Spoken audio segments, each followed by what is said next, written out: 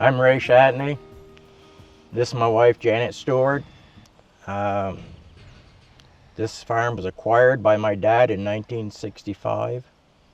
He fell in love with the Highlands, and when he moved here, he brought his Highlands with him from the other farm in North Greensboro, and he kept them. He showed them all over the different counties and stuff, and plus Connecticut and stuff. And so we are trying to preserve that herd. We'd like to have his Highland genetics. It's the oldest registered herd of Highland cattle in the United States. I'm always looking for opportunities to do a better job of stewarding the land. And we have always had the cattle drinking out of the brook. It's a gravel bed brook. It had been approved already by NRCS to have cattle in, but we knew that that wasn't really the best thing for the land and the best thing for Vermont. And when I heard about an opportunity for grant money to be able to exclude the animals from the brook and have assistance with putting in waterers, I pursued that. It was a very complicated process to start with, but it turned out to actually be pretty simple. Once the execution started, the assistance was great. We have 3 frost-free waterers. The other benefit is that Ray used to have to go down to the brook and try to chop ice when it was cold, and we always worried about cattle slipping, getting to the brook or on the ice. And now they can come and they can drink at 2 o'clock in the morning, they can drink at 2 o'clock in the afternoon.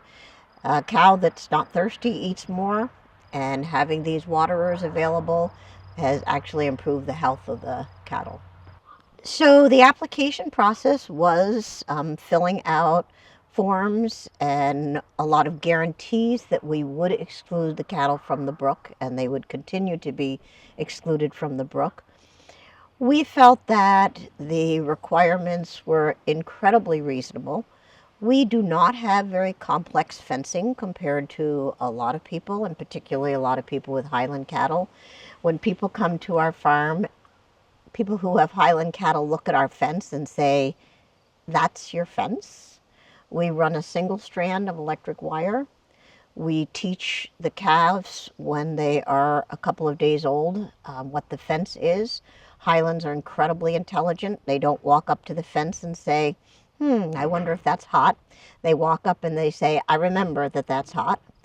Ray's dad has always said that the best fence is a full stomach. Our cows are never hungry. That's our plan. And we thought that the application process was very respectful of what we already do for fencing, and there weren't a lot of different requirements for having to install multiple strands or using all, high tensile fencing. And so basically we continued with the fencing that we've done, and we have not had any problem with cattle in the brook since we installed that. The waterers make it a lot easier. When we first put them in, or just before we put them in, I was thinking that it's going to be really muddy around them. Cattle are going to be coming and walking, making mud. They don't.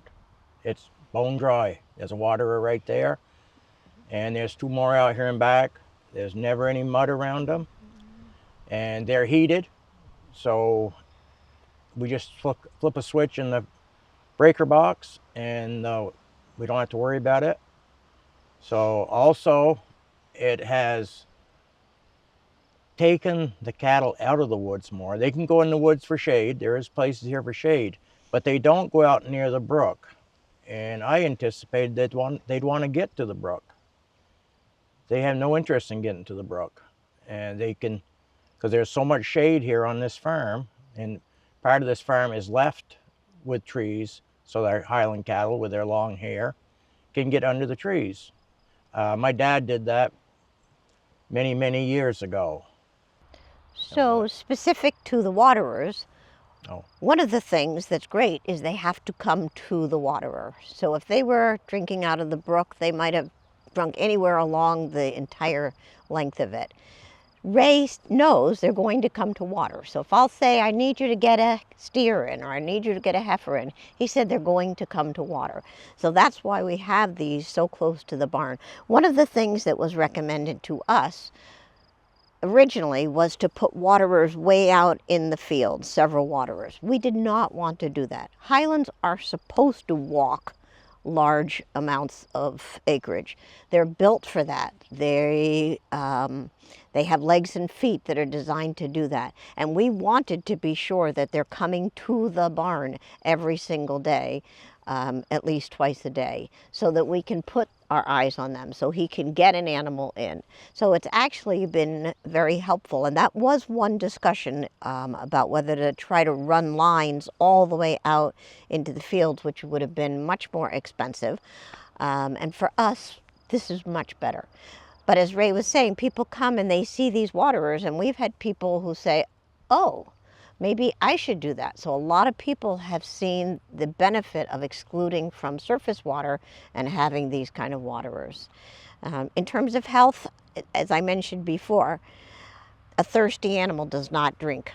And when we had tubs and we had ways, and in Plainfield we had only tubs, we didn't have surface water, but I was hooked to a sledgehammer for about 20 years breaking ice. Well, if I'm breaking ice in a tub, they're all crowding around and they're all trying to drink at the same time.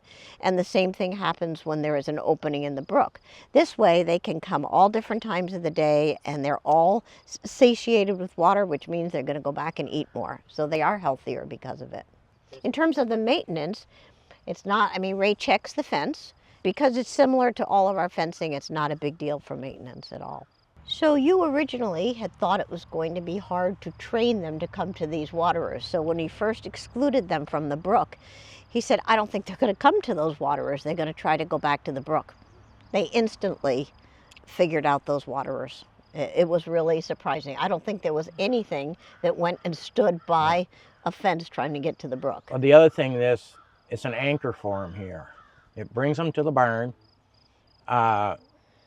If we need, like Janet said, if we need one in the barn or whatever, they come here. And they're way up over the knoll up there now, or in the woods. But in the early morning or in the evening, they come here to drink, and then they leave. But you can check them. This morning I changed paddocks up in the big field here, and I counted the animals as they walked through the gate. So I can count them. And it does work a lot better. It's a lot easier. I didn't anticipate it was going to be easier. I thought it was going to be a lot harder. But this is a much more simple way of doing it. And I think them waters have already paid for themselves, maybe many times over, just on foot problems, cattle out in the mud. And so I think they're working. I didn't expect they'd work. We've never had one freeze. We've never had an issue in the winter. No matter what the temperature, it's really amazing. I had seen waterers, and a lot of the dairy farms have them in their barns, freestall barns. And so I'd seen some, but I didn't know if they'd work in this cold climate. And they do. They work. Knock on wood, they've worked all the time. And even though I do go check them, and if you see the cattle wandering, you would know their waterer wasn't working, because they've been there. But they come down here in the morning, and this kind of waterer that we use, there's a lot of different brands. And part of the reason we chose a Ritchie because there was a dealer in Vermont. But in terms of what prompted this, I think that, as I said, and I think I did say it, is that we try to be good stewards of the land. And there was a lot of information out about farms and excluding cattle from surface water, about being a floodplain and feeding into Lake Champlain. I just wanted to do it right. And the fact that there was funding and there was technical support, I write a lot of grants. I don't get all of them, but I feel like if the state of Vermont is interested in helping farmers do a better job and being more progressive and more respectful, that we should avail ourselves of that. And so basically that was the impetus, is that I knew it was the right thing to do and there was funding available. And so I was very pleased to be able to get that funding. And Vermont is incredible about being supportive of farmers. Other states I don't think are this fortunate. And Vermont tries to help farmers do the right thing. And there isn't enough money to do it on their own without some support.